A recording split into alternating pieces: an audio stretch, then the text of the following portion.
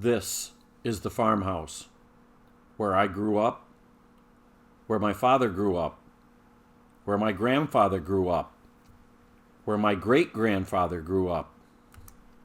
The main house was built in 1860. We got electricity in 1943 with the Rural Electrification Act. And now what I am doing is I'm removing the majority of the 1960 updates and reverting the era back to somewhere between 1920 and 1950. I'm going to show you each room in the order that I did them years ago. While I am no more of a carpenter or a designer than any member of my family has ever been, I'm doing it to suit me and my tastes.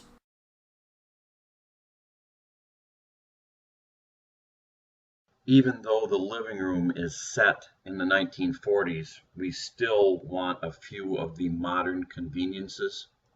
One of them is the big screen TV and the DVD Blu-ray player.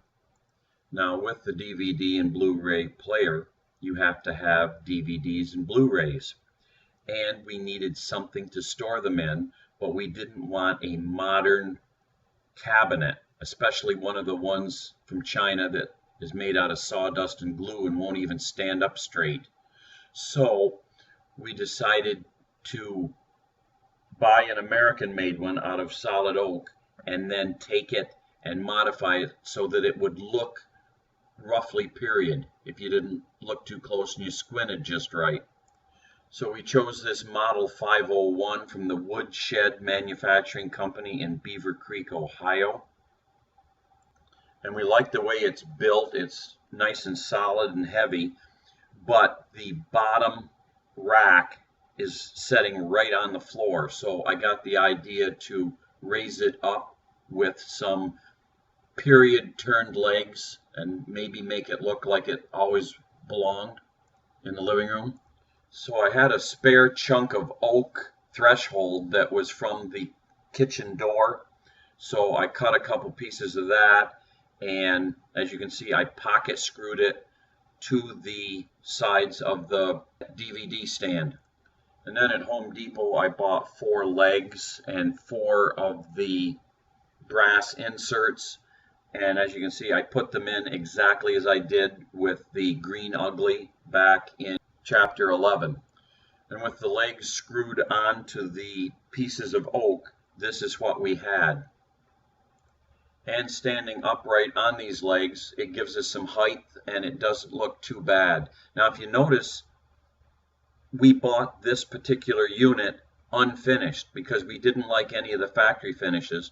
We want to use a dark walnut to kind of mimic what it would have been back in the 30s and 40s. We used Varathane dark walnut, and it's going to give it that look of period furniture, hopefully. And with it completely stained, you can see that the legs, which are turned pine, don't exactly match the dark walnut stain on the oak. However, I don't think that I could find turned walnut legs locally, and I wasn't going to order.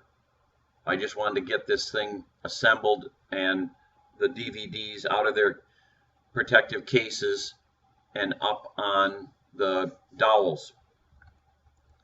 The next step was to give it a coat of gloss poly, the wipe-on style, just to protect the finish. And then to finish it off, we put a coat of Howard's Feed and Wax on it and then set it in position in front of the sliding door. And it's about as good as you're going to get. And if you don't look too close, it will sort of match what we're doing in the living room. And here's an image of it all loaded up with our DVDs, Blu-rays, and a few of the older VHS tapes. The unit is designed to hold 160 DVDs, so we've got a long ways to go to fill it up. But overall, we're quite happy with it. And that is how we took our DVD collection and made it kind of sort of fit into the 1940s style of the living room.